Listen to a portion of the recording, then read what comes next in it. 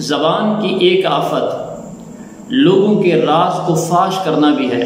یہ بہت بڑی خیانت ہے اور کبیرہ گناہوں میں سے ایک گناہ ہے۔ اللہ کے نبی صلی اللہ تعالیٰ علیہ وسلم کا ارشاد مبارک ہے کہ ایک شخص کی بات دوسرے کے پاس امانت ہے۔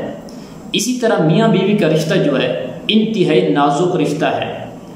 اللہ کے نبی صلی اللہ تعالی وسلم کے ارشاد مبارک ہے کہ اللہ کی بارگاہ میں قیامت کے دن وہ شخص یقیناً سب سے بڑا برا ہوگا، بدترین شخص ہوگا جو اپنی بیوی کے ساتھ خلوت میں جائے اور بیوی اس کے پاس خلوت میں آئے، ثم ینشر سرہا، پھر وہ اپنی بیوی کے معاملات لوگوں میں پھیلائے۔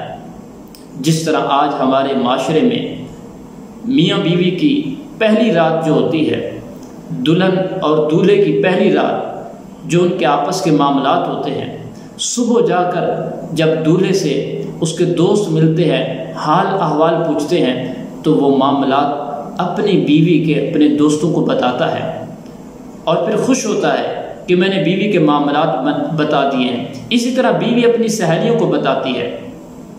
اس کو ہم گناہ ہی تصور نہیں کرتے۔ اتنا گھٹیا کام ہے جس کی کوئی انتہا نہیں، اخلاق سے گرا ہوا یہ کام ہے۔ یہ کام نہیں کرنا چاہیے۔ اسلام نے ہمیں اس چیز کی تعلیم نہیں دی۔ اسلام نے ہمیں راز کی حفاظت کرنے کا حکم دیا ہے۔ ایک بزرگ تھے، ان کی بیوی کے ساتھ ہمیشہ لڑائی رہتی تھی۔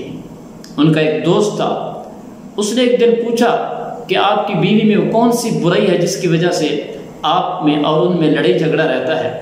اس نے کہا کہ آپ کی اور میری دوستی بڑی گہری ہے، لیکن یہ ہمارے گھر کے معاملات ہیں، یہ میں آپ کو نہیں بتا سکتا۔ بیوی کے راز کی حفاظت کرنا میرے اوپر فرض ہے۔ کچھ عرصہ گزرا، اس نے اپنی بیوی کو طلاق دے دی۔ اب پھر اس کا دوست کہتا ہے کہ مجھے آپ بتائیں وہ کون سی برائی تھی جو آپ کی بیوی میں تھی؟ اب تو وہ آپ کی بیوی بھی نہیں رہی، اب تو طلاق ہو چکی ہے، اب تو آپ مجھے بتا دیں۔ اس اللہ کے نیک اور برگزیدہ بندے نے جو بات کی ہے، اللہ ہم سب کو اس کے اوپر عمل پیرا ہونے کی توفیق عطا فرمائے۔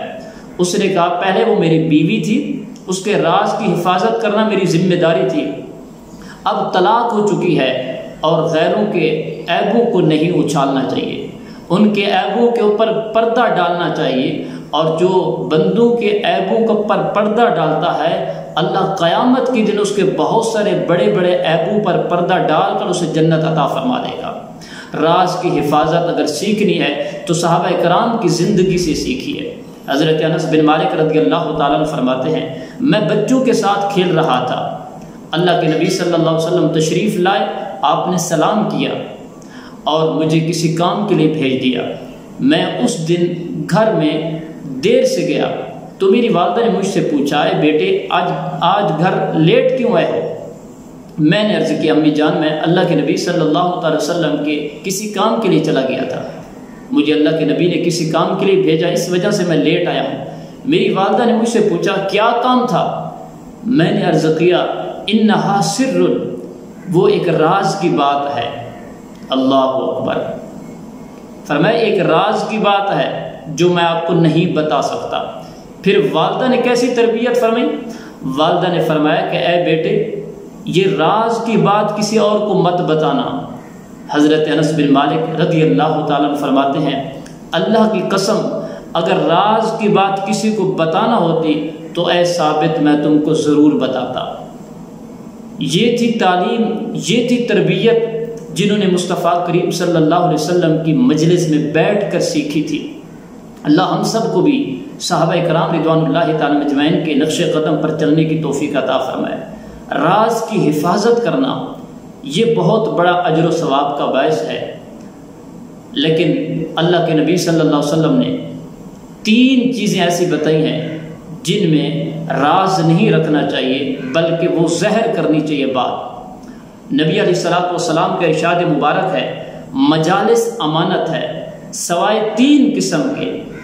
فرمایا کہ سب سے پہلے مجلس جس میں کسی کے ناحق قتل کرنے کا منصوبہ بنایا گیا ہو تو اس راز کو راز نہیں رکھنا چاہیے بلکہ اس کو زہر کرنا چاہیے۔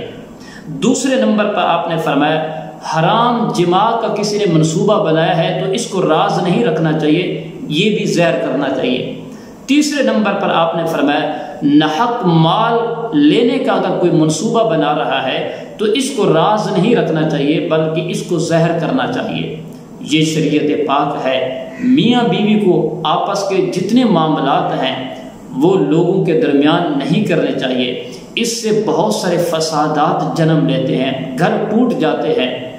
اگر گھر کو ہم نے جنت کا گہوارہ بنانا ہے، خوشیاں بانٹنی ہے، پیار اور محبت سے اگر رہنا ہے میاں بیوی نے، تو آپس کے معاملات کسی اور کے پاس جا کر نہ کریں۔